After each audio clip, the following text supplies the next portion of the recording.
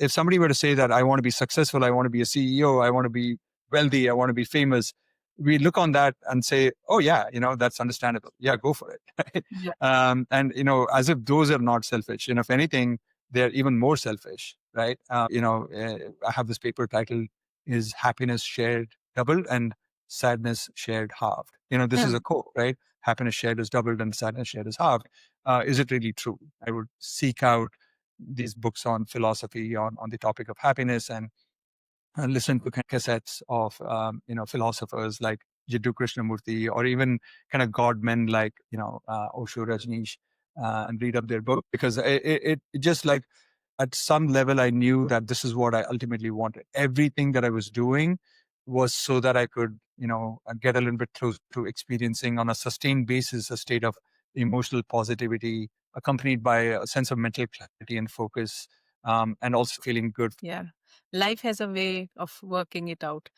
You know, And there are no mistakes in my experience. it's a pest, the mind. It's like following you everywhere and like commenting on everything and never letting you be. You probably know this, Pracheta. There's a lot of work these days on time spent on social media and how it affects how you feel. The general finding, especially among younger generation teenagers, especially among girls, is that the more time you spend on social media, the more detrimental it is to your well-being.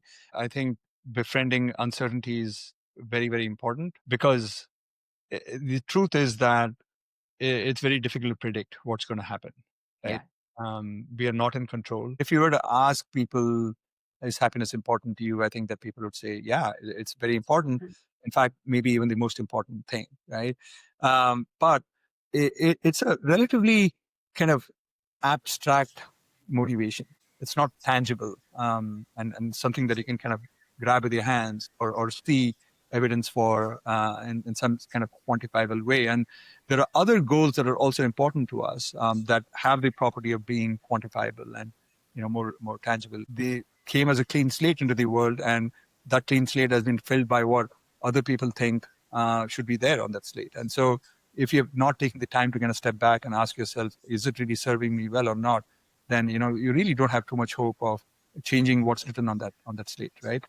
I've been biased toward emphasizing, and at some level, I guess deep down, believing that everything that is worthy of knowing and can be known through the mind. And this is something that I've just started to butt up against that wall, that only so far that you can go with the mind and logic. Thought has a purpose and thinking has its purpose. Knowledge has its purpose, but knowledge and knowing are different things.